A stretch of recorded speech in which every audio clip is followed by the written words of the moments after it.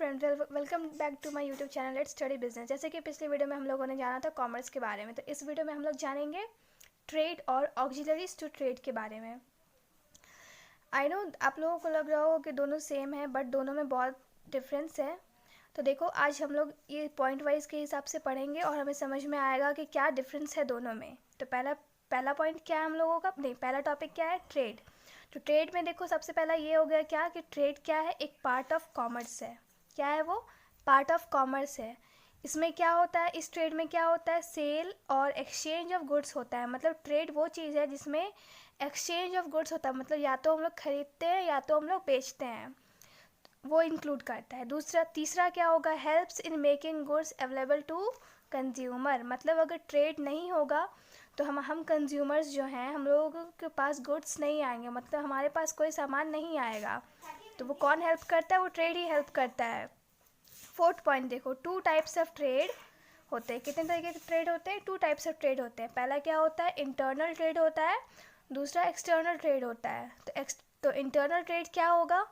Internal trade वो होता है exchange of goods with in country. मतलब कहीं भी आप लोग ख़रीदारी करोगे तो वो आप लोगों को कि विद इन कंट्री ही होना चाहिए। मतलब एक स्टेट से दूसरे स्टेट हो सकते हैं, लेकिन कंट्री से बाहर नहीं हो सकते हैं।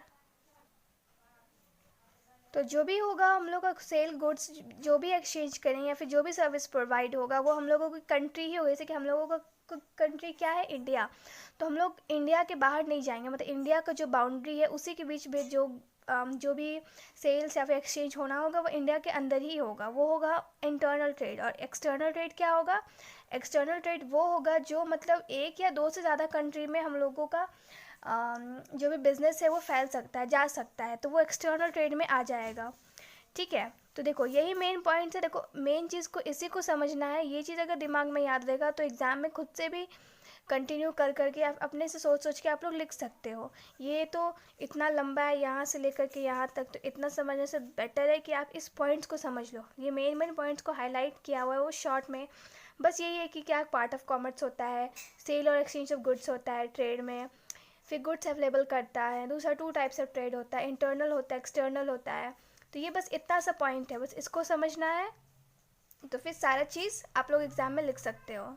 अब देखो नेक्स्ट टॉपिक हमारा है क्या, ऑक्सिलरीज टू ट्रेड। मतलब ट्रेड में जो भी ऐसा चीज़ जो हेल्प करता है, मतलब ट्रेड में हेल्प करता है, जो ये ट्रेड जो बना है, इस ट्रेड में जो भी ऐसा चीज़ या फिर जो भी सर्विस जो हम लोगों को हेल्प करता है वो ऑक्सिलरीज कहलाता है।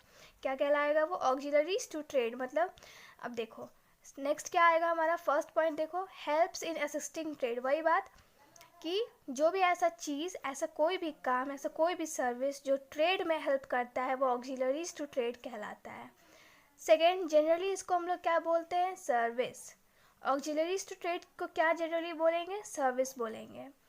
और थर्ड, ये क्या होता है, ऑक्सिलरीज टू ट्रेड क्या होता है, वो इंटरनल पार्ट ऑफ कॉमर्स है। मतलब वो कॉमर्स के अंदर का ही पार्ट है। ऐसा नहीं है कि सर्विस है, अगर हम लोग कोई भी सेल वगैरह कुछ कर रहे हैं लेकिन ट्रांसपोर्ट फैसिलिटी बाहर से मिल रही है तो वो एक्सटर्नल हो जाएगा, वो एक्सटर्नल नहीं होगा, वो इंटरनल ही कहलाएगा।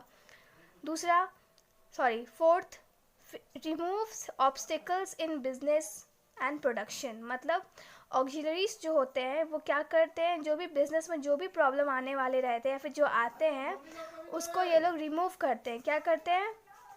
रिमूव करते हैं। जैसे कि अगर हम लोगों को गुड्स पहुंचाना होगा एक स्टेट से दूसरे स्टेट में, अगर हम लोगों को लेकर जाना है तो वो कैसे होगा, वो हमारे ट्रांसपोर्ट फैसिलिटीज़ के मतलब के हेल्प से होगा।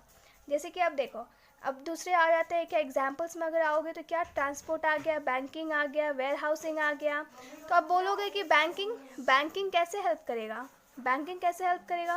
अब अगर किसी बिजनेस वाले को अगर लोन लेने की ज़रूरत पड़ेगी तो वो लोन किससे लेगा, बैंक से लेगा। तो एक तरह से बैंक हेल्प किया, ट्रेड में क्या हेल्प किया, बैंक।